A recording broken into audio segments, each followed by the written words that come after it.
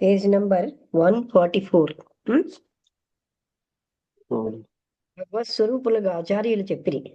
శిష్టాన్నమీసార్చనమార్య సేవాం తీర్థాటనం శ్రమధర్మ నిష్ఠాం యమానుసక్తిం నియమానువృత్తిం చిత్తప్రసాదయ వదస్తి తజ్ఞ.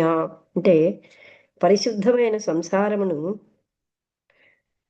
సంపాదనము ద్వారా లభించిన అన్నము ఈశ్వర భక్తి, శ్రేష్ఠ వ్యక్తులను సేవించుట, తీర్థయాత్రలు, తమ తమ ఆశ్రమముల ధర్మముల యందు శ్రద్ధ, అహింసాది నియమములను ప్రేమతో అనుష్ఠించుట, నియమానుష్ఠానము మొదలగు సాధనములు చిత్త ప్రసన్నతకు అనగా చిత్త నైర్మల్యమునకు అవసరములగు అని చిత్తశుద్ధికి వాళ్ళ ఈ సాధనములు తెలిసిన వారు చెప్పిరి అని. అంటే దీని అర్థం అనమాట. ఒకసారి చదవాలా ఏంటేంటో. అంటే పరిశుద్ధమైన సంపాదన ద్వారా లభించిన అన్నం, ఈశ్వర భక్తి, శ్రేష్ఠ వ్యక్తులను సేవించుట, తీర్థయాత్రలు, తమ తమ ఆశ్రమముల ధర్మముల యందు శ్రద్ధ, అహింసాది నియమములను ప్రేమతో అనుష్ఠించుట, నియమానుష్ఠానము మొదలగు సాధనములు చిత్త ప్రసన్నతకు అనగా చిత్త నైర్మల్యమునకు అవసరములు అని చిత్తశుద్ధికి వాళ్ళ ఈ సాధనములను తెలిసిన వారు చెప్పిరి. శిష్టాన్నం వాళ్ళు ఒక్కటి విడదీసి చెప్తున్నారేమో. శిష్టాన్నం అంటే, శిష్టాన్నం అనగా న్యాయముగా సంపాదించిన ఆహారం. ఆ విషయమున ఇట్లు చెప్పబడింది. న్యాయోపార్జిత విత్తేన కర్తవ్యం జ్ఞానరక్షణం అన్యాయేన తు యా జీవేత్ సర్వధర్మ బహిష్కృత. న్యాయముగా సంపాదించిన ధనముచే జ్ఞానమును రక్షించుకొను వలెను. అన్యాయముగా సంపాదించిన ధనముతో జీవించిన వారు సర్వధర్మ బహిష్కృతుండు. ఒకటి, న్యాయోపార్జిత విత్తేనా, న్యాయముగా సంపాదించిన ధనమనగా ఉద్యోగస్తులు తమ జీతము తప్ప లంచము లేమియు తీసుకొనరాదని భావము. అటులనే వ్యాపారస్తులు అధిక లాభములు తీసుకొనకుండా సంపాదించు ధనమును న్యాయోపార్జితములు అని అనబడెను. జ్ఞానరక్షణం, జ్ఞానరక్షణం అనగా ధర్మాచరణము. పరోక్ష జ్ఞానము కలిగిన తర్వాత న్యాయముగా సంపాదించిన ధనము, అహింస మొదలగు దైవ సంపదను ఉపయోగించి ధర్మమును ఆచరించి అపరోక్ష జ్ఞానమును పొందుటకు ప్రయత్నించవలెను. ఇచ్చట ఈ జ్ఞానరక్షణం అను శబ్దము పరోక్ష జ్ఞాన సంరక్షణమును గురించి. పరోక్ష అపరోక్ష అన్న పదాలకి పరోక్ష అంటే పర అంటే మనకు అనుభవం లేదు, అపరోక్షం అంటే డైరెక్ట్ గురించిన వ్రాయబడింది. అన్యాయేనతు యోజీవేత్. ఇక అన్యాయముగా సంపాదించిన ధనముతో జీవించే వారి సంగతి ఆలోచించదు. ఉద్యోగ వర్గము, వ్యాపారస్తులు మొదలైన వారి నుండి తమ అధికారమును దురుపయోగపరిచి లంచములను తీసుకొనెదరు. అటులనే వ్యాపారస్తులను తమ వస్తువులు చెడ్డవైన మంచి వస్తువులని ఖరీదును తీసుకొనెదరు. అంటే ఖరీదంటే ఎక్కువ డబ్బు. ఆ విధంగా వారు లాభములను సంపాదించెదరు. కొంతమంది వేల కొలది కూలీలను యంత్రములలోను కర్మాగారముల యందును పనిలోనికి తీసుకొని వారిచే రోజంతయును పరిచయించవచ్చెదరు. 4 గణాలు మాత్రము కూలి ఇచ్చెదరు. ఇట్లు సంపాదించిన ధనము అన్యాయముగా సంపాదించిన ధనము అనబడును. ఇట్టివారు ఎంతకాలము ఏ విధమైన ఉపాసనము చేసినను మల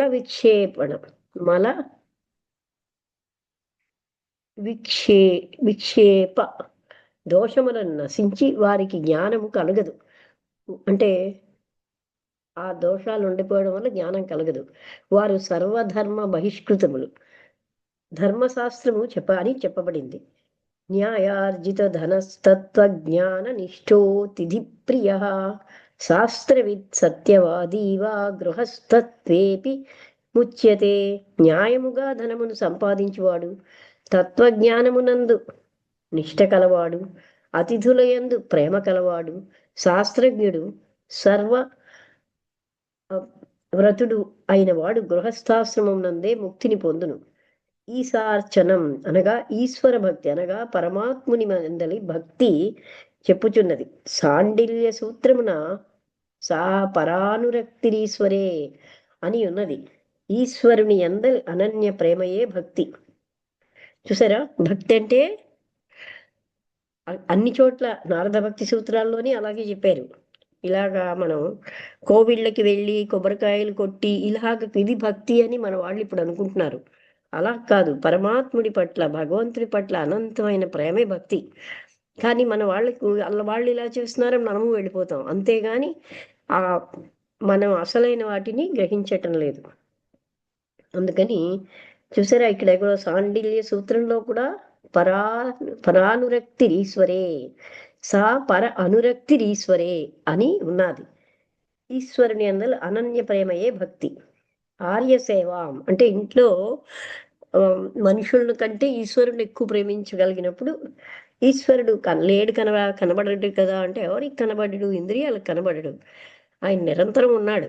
ఆ విషయాన్ని మనం మర్చిపోయి కనబడే వాళ్ళే సత్యమని, కనబడని ఈశ్వరుడు, మనం కనబడే వాళ్ళతో సుఖం అనుభవిస్తున్నామన్నా ఈశ్వరుడు యొక్క అనుగ్రహం వల్ల వస్తుంది తప్ప వీళ్ళు కాదు. మనుషుల వల్ల కానీ వస్తువుల వల్ల కానీ సుఖం వస్తుందన్న భ్రాంతిలో మనం జీవిస్తున్నాం. ఆ భ్రాంతి వల్లే మనం మోహంలో ఉండి అజ్ఞానంలో పడి జ్ఞానాన్ని అసలైన ఈ దైవానికి దూరం అయిపోతున్నాం. అంటే ఆయన అనుగ్రహం లేకపోతే దేంట్లోంచి సుఖం రాదు. ఎంత సుఖమైనా సరే ఆయన అనుగ్రహం వల్ల వచ్చేదే. ఆ విషయం మనం మర్చిపోయి అజ్ఞానంలో జీవిస్తున్నాం. వస్తువులు సుఖం ఇస్తారు అని అజ్ఞానంలో జీవిస్తున్నాం, వస్తువులు, వ్యక్తులు. అందుకని అది ఈశ్వరుడి యొక్క ఈశార్చనం అంటే ఆ అనన్య ప్రేమయే భక్తి. ఆర్య సేవ, ఆర్యులు అంటే దైవ సంపద కలవారు, సదాచార పరాయణులకు జనులు. వారిని సేవించుట ఆర్య సేవ అనబడదు. అంటే మంచిగా దైవ సంపద ఉన్న వాళ్ళని, ఆ సాంగత్యం యొక్క ఇది ఇంతకు ముందు కూడా చెప్పారు కదా, ఎంతో మనకి సహాయం చేస్తుంది. వాళ్ళని సేవించడం. తీర్థాటనం, పుణ్యక్షేత్ర సందర్శనము చే అంతఃకరణం పరిశుద్ధమగును. అంటే ఇదేంటి, మనకి పుణ్యక్షేత్ర సందర్శనం అంటే ఈ విషయం ఎక్కడ చెప్పారంటే అసలు దైవతత్వమే లేదు, మనమేమోని ఏదో అధర్మ కార్యాలు చేస్తున్నాం, ఇవి ఆ జంతువులని చంపేసి ఇంకొక మనుషులను ఇబ్బంది పెట్టి అలాంటి వాళ్ళందరికీ అవన్నీ మనం చెయ్యాలి అని చెప్తున్నారు. కానీ మనం ఇప్పుడు ఉన్నటువంటి పరిస్థితుల్లో పుణ్యక్షేత్ర దర్శనం ఒక పిక్నిక్గా, ఎక్స్కర్షన్గా మారిపోయింది. తర్వాత స్వాశ్రమ ధర్మ నిష్ఠాం, అది తమ తమ ఆశ్రమ ధర్మములందు నిష్ఠతో నుండుట శాస్త్రమునందు వ్రాయబడింది. యతీనాం ప్రసమో ధర్మో నియమో వనవాసినాం దానమేవ గృహస్థానాం శుశ్రూష బ్రహ్మచారిణాం. అంటే యతి ధర్మం శాంతి, వానప్రస్థులకు నియమ పాలనము ధర్మం. వానప్రస్థం అనేది ఇప్పుడు లుప్తం అయిపోయింది. అంటే పిల్లలకి పెళ్ళిళ్ళు చేసి వాళ్ళ బాధ్యత తీరిపోయాక అందరూను ఆ కాలంలో గృహస్థులందరూ అడవికి వెళ్ళిపోయేవారు, అక్కడ తపస్సు చేసుకునేవారు. ఈ కాలం ఏంటంటే చనిపోయే వరకు 90 ఏళ్ళు వచ్చినా నా పిల్లలు నా మనవలని మనం వేలాడుతున్నాం. ఆ బంధాల నుంచి విముక్తి రావడానికి వానప్రస్థ ఆశ్రమం పెట్టారు. ఇది నిత్యము అని మనం జీవిస్తున్నాం. ఇవి నిత్యం కాదు. వీళ్ళందరూ సత్యము నిత్యము అన్న భ్రాంతిలోంచి మనం బయటపడాలి. అందుకని గృహస్థుల ధర్మము దానము, బ్రహ్మచారులకు వానప్రస్థులకు నియమపాలనము ధర్మము. గృహస్థుల ధర్మం దానము, బ్రహ్మచారులకు గురు శుశ్రూష ధర్మము. యతీనాం ప్రసమో ధర్మ, శృతి చెప్పుతోంది. శాంతో దాంత ఉపపరత స్థితిక్షు సమాహితో భూత్వా మన్నేవా త్వన్యేవాత్మనాం పశ్యతి. సన్యాసి సమము దమము ఉపరతి తితిక్షలను పొంది తన ఆత్మయందే ఆత్మను చూచును. సన్యాసి అంటే ఎవరైనా సరే గృహస్థాశ్రమంలో ఉండి కూడా మనం ఇలాంటి లక్షణాలు కలిగి ఉంటే సన్యాసి కింద లెక్క. అంటే ఇక్కడ ఇది మామూలుగా అతను ఆ కాలంలో అందుకే చెప్పాను కదా, ఇది ఎందరో మహాత్ములు ఈ పుస్తకాన్ని గైడెన్స్గా తీసుకుంటారు. సర్వకాల సర్వావస్థల యందు వాసనాత్యాగము సమము, బాహ్యేంద్రియ నిగ్రహము దమము, విషయ నివృత్తి ఉపరతి, సర్వదుఃఖ సమనము తితిక్ష, పరమాత్ముని అందరి చిత్తైకాగ్రత సమాహితత్వము, నియమోచన వాసినాం స్మృతి చెబుతోంది. అథ విప్రో వనం గచ్చే ద్వినా వా భార్యయా సహ జితేంద్రియో వసేత్తత్ర నిత్యం శ్రౌతాగ్ని కర్మకృత్. గృహస్థాశ్రమం పూర్తయిన తర్వాత బ్రాహ్మణాదులు భార్యతో కాని భార్య లేకుండా కాని అరణ్యంలోనికి వెళ్ళవలను. అక్కడ జితేంద్రియులుగా నివసించవలను. యథావిధిగా శ్రోతాగ్నిహోత్రములను ఆచరించవలను. శ్లోకమునందలి అథ అంటే ఈ విధముగా అని శబ్దమునకు గృహస్థాశ్రమునకు తరువాత అని అర్థం. అది ఆ కారణముచే గృహస్థాశ్రము నిర్వహించకుండా వానప్రస్థాశ్రమమును స్వీకరించరాదని భావం. అదే గృహస్థునికి వానప్రస్థం ఉంటుంది. యోగాభ్యాసరతో నిత్యం స్థానాసన విహారమాన్ హేమంత గ్రీష్మ వర్షాసు జలాజ్ఞాకాశమాశ్రయేత్. కూర్చునున్నా నిలబడి ఉన్నా నడుచుచున్నా విత్తమును యోగాభ్యాసమందు చిత్తమును యోగాభ్యాసమందు లగ్నము చేయవలెను. హేమంత ఋతువునందు జలమునందు కూర్చున వలను. గ్రీష్మమునందు పంచాగ్ని మధ్యమున కూర్చుని, అంటే ఏంటి హేమంత ఋతువు అంటే చలి, అప్పుడు ఎక్కడ కూర్చోవాలట? జలంలో. గ్రీష్మమునందు పంచాగ్ని మధ్యమున కూర్చుని తపస్సు చేయవలను. అనగా నలుదిక్కులను అగ్నిహోత్రములను ప్రజ్వలింపచేసుకుని శిరము పైనున్న సూర్యుని 5వ అగ్నిగా భావించి అజ్ఞా తపమును అను సూర్యాతపమును సహించుట తపస్సు సహించుచు తపస్సు చేయవలను. ఇది పంచాగ్ని తపము. వర్ష ఋతువునందు ఆరు బయట కూర్చుని వర్షము సహించుచు తపస్సు చేయవలను. అనగా నీరు వేడి చలి సహించవలను. అదండి. అంటే శరీరానికి అలాగా అలవాటు చెయ్యాలి. అగ్నినాత్మని వైతానాం సమారోప్య యథావిధి అనగ్ని రణికేత స్యాన్ము నిర్మూల పలాశన. అంటే శ్రోతాగ్నులు అని మూడింటిని యథావిధిగా తనయందే ఆరోపించుకుని అగ్నియును అగ్నిశాలయును లేకుండా మౌనముగా నుండి దుంపలు కాయలు మొదలగు వానితో తన జీవితము నిర్వహించుకొనవలెను. అనగా నివ్వరి ధ్యానము అనగా ఏంటో ఇది ఇక్కడ అనగా నివ్వరి ధాన్యము, నివ్వరి ధాన్యము, ఈ వరి ధాన్యం అని అర్థం. మొదలగు జాతులకు చెందినవి కూడా తినరాదు. ఓహో, ఈ వరి ధాన్యము మొదలైన జాతులకు కూడా చెందినవి తినకూడదుట. కందములు మూలములు ఫలములు మాత్రము అరణ్యము నుండి సంపాదించుకొని తినవలను. దానమేవ గృహస్థానం. ఇచ్చట గృహస్థు ధర్మము దానం మాత్రమే అని ఎలా వ్రాయబడింది అను సందేహం కలగవచ్చును. కలియుగమునందు దానము మాత్రమే ప్రధానముగా పరిగణించబడింది. ఏలననా ఈ కాలము నందలి జనులలో యజ్ఞములు తపమును చేయు సామర్థ్యము కుంటుపడినది. కావున అంతఃకరణ పారిశుద్ధ్యం కొరకు దానమే ముఖ్యమని తెలియజేయబడింది. నేను చెప్పాను కదండి, మన సాంప్రదాయంలో శ్రద్ధతో భోజనం పెట్టి ఆ భోజనం చేసిన వాళ్ళకి దక్షిణిచ్చి కాళ్ళకి నమస్కరిస్తాం. అంటే దానం చేసే అవకాశం వచ్చిందని మనం భావించాలి. కావున అంతఃకరణ పారిశుద్ధ్యం కొరకు, అందుకని అంతఃకరణ శుద్ధి కోసం దానం చేయాలట. దానము చెప్పబడుచున్నది. బృహత్పరాశర స్మృతి చెప్పుచున్నది. తపః పరం కృతయుగే త్రేతాయోం జ్ఞానముచ్యతే ద్వాపరే యజ్ఞమేవాహం వాహు దానమేకం కలౌ యుగే. కృతయుగములో తపము శ్రేష్టము, త్రేతాయుగమునందు జ్ఞానము ఉత్తమము, ద్వాపర యుగమునందు యజ్ఞము ప్రధానము, కలియుగమున దానము ముఖ్యము అని ఎవరు చెప్తున్నారు? బృహత్పరాశర స్మృతి చెప్తోంది. గృహస్థులు కృతయుగమున తపము చేయుచుండిరి. వారికి సంవత్సరము పాటైనను సరైన అన్నము లేకుండా జీవించి ఉండగల శక్తి ఉండేటిది.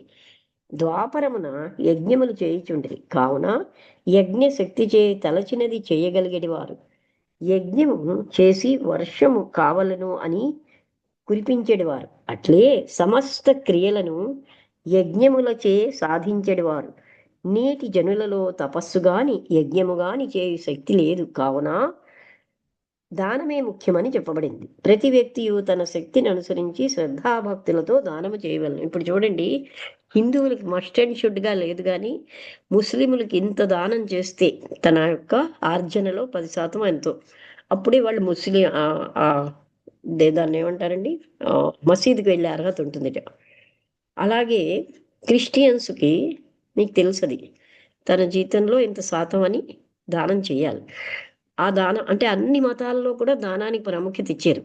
మనకి మస్ట్ అండ్ షుడ్గా లేదు, కానీ మన శాస్త్రాలు కూడా దానం చాలా ముఖ్యం అని చెప్తున్నాయి. అందుకని దానం వల్ల ఆధ్యాత్మిక జ్ఞానం నిలుస్తుంది కూడా. దానం లేని ఆధ్యాత్మిక జ్ఞానం వికసించదు.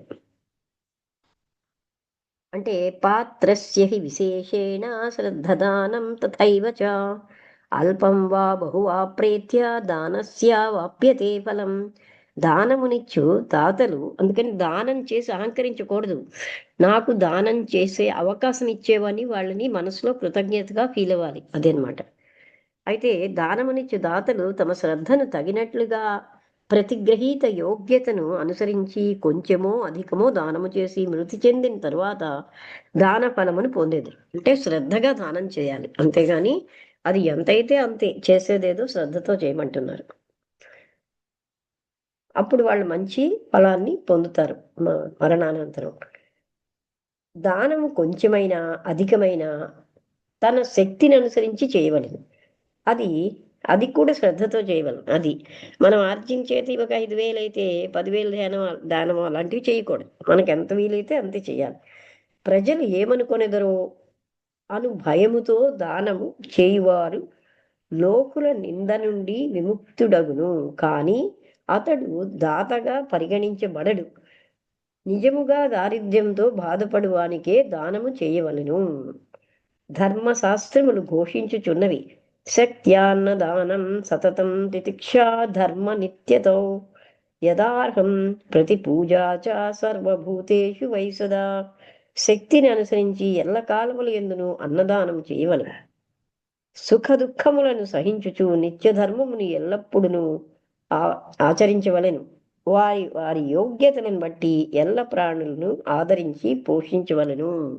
అంటే మన ఇంటికి వచ్చిన వాళ్ళు ఏదో యథాలాపంగా వచ్చారని కాకుండా దైవానుగ్రహం వల్ల వచ్చారని వాళ్ళని మనం దైవంగా చూసి ఆదరించాలి, అంతేగాని పని లేకుండా వచ్చేసాడు అలా ఆలోచించకూడదు.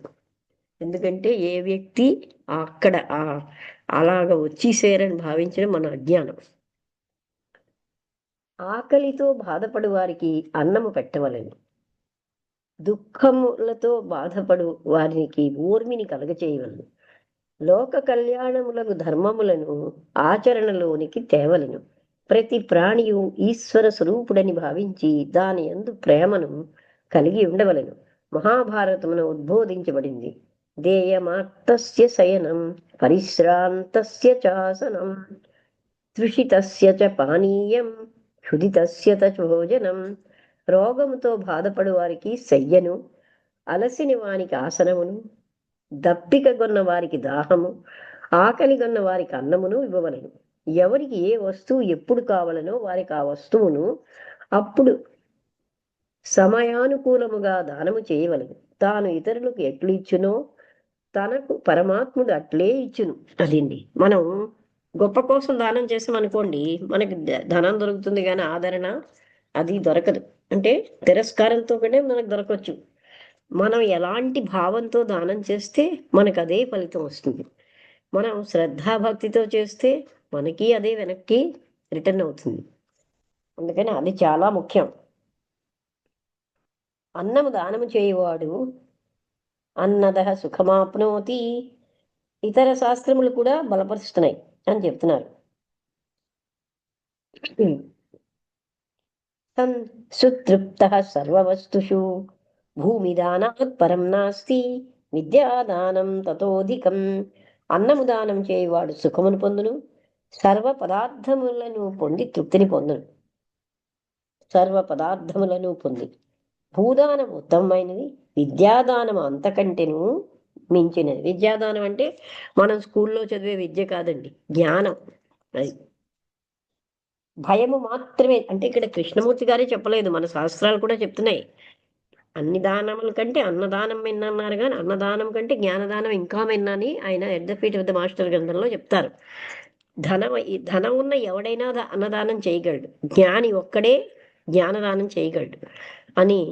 అలాగే మాస్టర్స్ అండ్ పాత్రలో కూడా జ్ఞానదానం ఎన్నో అంటే జన్మల్లో చేసి, అంటే ఎన్నో జన్మల్లో మామూలుగా సేవలు చేసి జ్ఞానదానం చేసిన ఒక చిన్నపిల్లవాడు, వయసులో చిన్నపిల్లవాడికైనా వాళ్ళు దీక్షిస్తారు.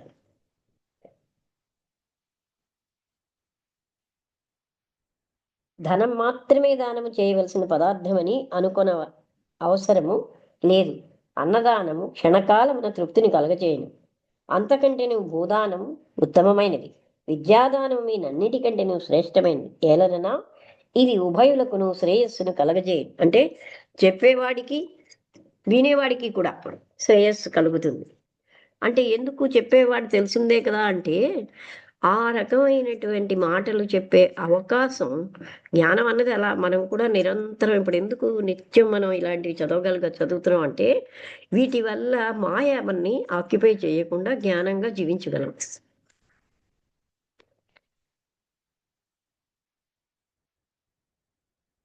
ఔషధం పథ్యమాహారం స్నేహాభ్యంగం ప్రతిశ్రయం దానన్యేవం ప్రదేయవని హ్యాన్యాని చ విశేషతః దీనాంధకృపణాదిభ్యః శ్రేయస్కామేన ధీమతా. బుద్ధిమంతులు తమ శ్రేయస్సు కొరకు దీనులకును, అంధులకును, దరిద్రులు మొదలగు వారకును ఔషధములు, పద్యపానములు, తైలాభ్యంగము, నివాసము మొదలగునవి ఇవ్వవలెను. ఇతర దానములు కూడా విరివిగా చేయవలెను. ఆ విధముగా శక్తి అనుసారము సత్పాత్రునకు చేయు దానమే దానము అనబడును. అసత్పాత్రమునకు చేయు దానము వ్యర్థము. బాధపడువారలకు చేయు దానములో బాధపడుచున్న తన సోదరులకును కుటుంబీకులకును చేయు దానము శ్రేష్టపరమైనది.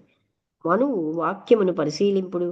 శక్తి పరజనే దాతా స్వజనే దుఃఖజీవిని మధ్వాపాతో విషాస్వాద స్వధర్మ రూపక.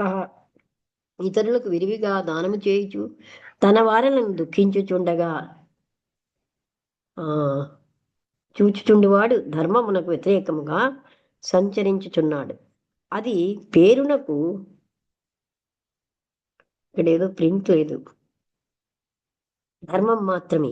అట్టివాడు తేనె త్రాగుచున్నాను అనుకునుచు విషమును త్రాగుచున్నాడు. తేనెయందు కలిపిన విషము ఆరంభమున తీయగా ఉండును, కానీ పరిణామమున దుఃఖమే కలిగి ఉండును. కీర్తి, అధికారము, ఉన్నత పదవి మొదలగు వాని కొరకు చేయు దానము కూడా ఆ శ్రేణికే చెందినది. నిజమునకు అది దానము కాదు,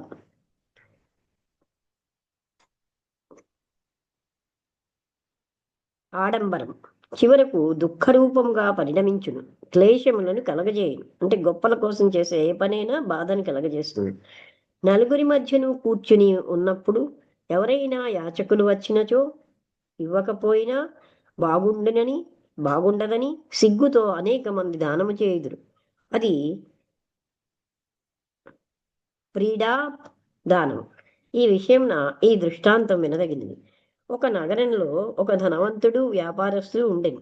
ఓ రోజున అతడు తన బండి కట్టించుకుని బజారులోనికి వెళ్ళుటకు సిద్ధముగా నుండెను. అంతలో ఒక దరిద్రుడు ఆకలితో వచ్చి అన్నమునకు డబ్బు లేదని ఒక డబ్బు ఇవ్వమని ప్రార్థించను. ఆ ధనవంతుడు అతనిని తిట్టి తన బండి ఎక్కి బజారులోనికి పోయెను. బజారులో అతని బండి వద్దకు బేరగాళ్లను, ఇతర గృహస్థులను తమ తమ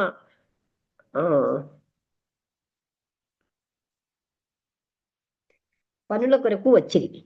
సరిగా ఆ సమయమునకు వెనుకటి బిచ్చగాడు అక్కడికి వచ్చి ఒక డబ్బు ఇవ్వమని అడిగాను. ధనవంతుడు తన నలువైపులా ఉన్న బేరగాళ్లను, గృహస్థులను పరిశీలించి ఆ ముష్టివానికి వెంటనే 4 అణాలు ఇచ్చాను. కాలాంతరమున ఆ ధనవంతుడు మృతి చెందెను. యముని ఎదుట న్యాయార్థము నిలబడెను.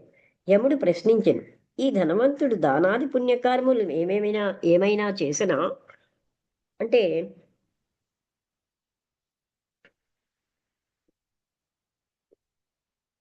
చిత్రగుప్తుడు సమాధానం చెప్పాను, ఈతడు దానాదులు ఏమీను చేయలేదు, కానీ ఒకప్పుడు ఒక దరిద్రుడికి 4 అణాలు ఇచ్చాను. ఇప్పుడు ఇవన్నీ మనం చదవడం వల్ల మన ఆచరణలో మనం చేస్తున్న రాంగులన్నీ సరిచేసుకోవచ్చు. యముడు అడిగాను, 4 అణాలు ఎట్టి పరిస్థితుల్లో ఇచ్చనో తెలుసుకొనవలసి ఉన్నది. చిత్రగుప్తుడు ఆ సంగతి విస్తారముగా వివరించాను. మరియును అతడు ఇట్లనెను, ఈ విధముగా అతడు చేసిన దానములు చాలా ఉన్నవి. అంతట యముడు చెప్పెను, అట్టి దానములు అసలైన దానములుగా చెప్పబడవు. దీని వంతు అతనికి ప్రయోజనం సిద్ధించదు. ఇది దానములు కావు, క్రీడాదానములు మాత్రమే. కీర్తి కొరకు చేసిన దానమునకు ప్రతిఫలము లభించదు. దంభముతో కీర్తి కొరకు చేసిన దానము కూడా దానము కాదు. కావున ఏ వ్యక్తియును ఈ విధముగా కీర్తి కొరకు కాని సిగ్గుపడి కాని దానము చేయరాదు. చూసారా, ఇది అంటే శ్రీపాద వల్లభ చరిత్రలో ఘనాపాటీలంటే వేదాలు బాగా చదవగలిగేవాడు.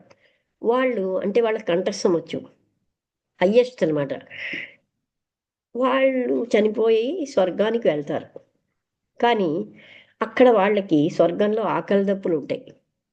అప్పుడు సాక్షాత్తు స్వర్గాధిపతి అయిన ఇంద్రుడు రోజు వాళ్ళ దగ్గరికి వచ్చి, మీరు ఎంత గొప్పవారు, ఇంత గొప్పవారు అని పొగుడుతారు.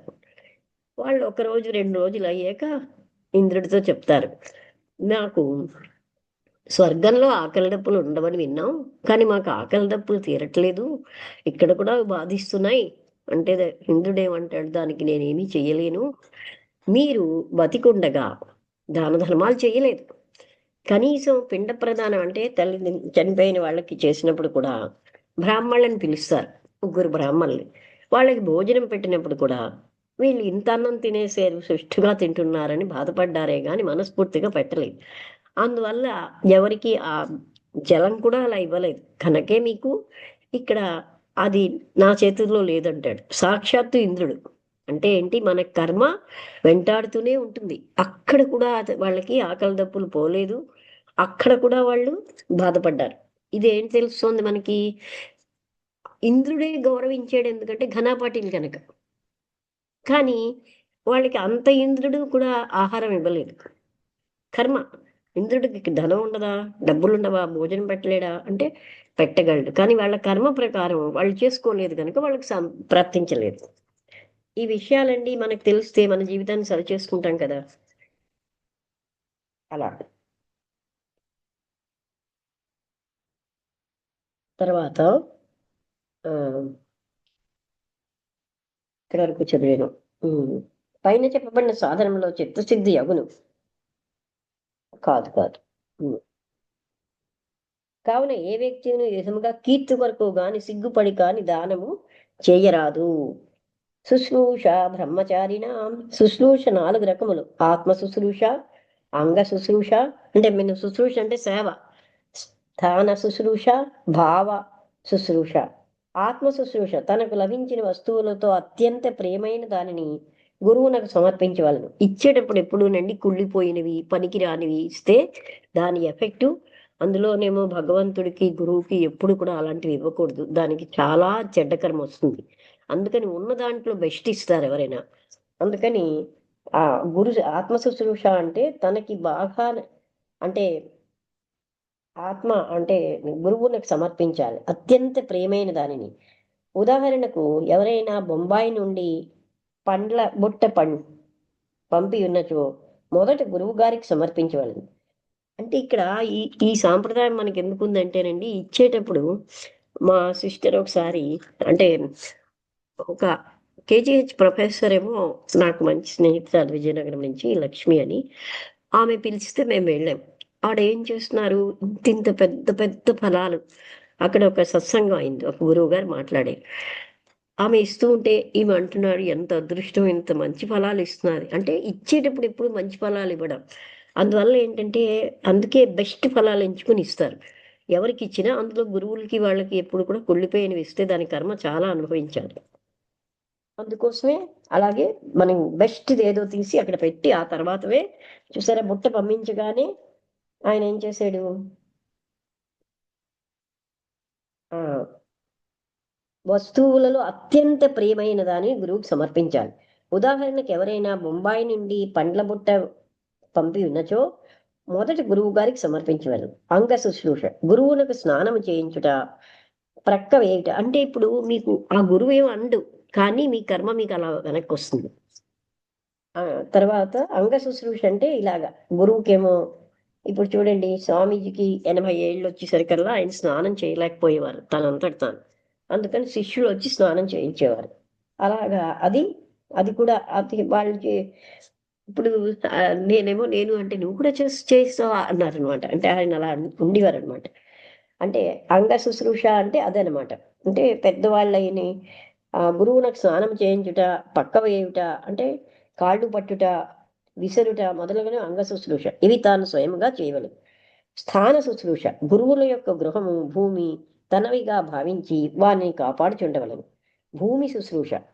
తల్లి, తండ్రి, దైవము, సోదరులు, కుటుంబము అందరును గురు శబ్దముచే అభిహితులు అగుదురు.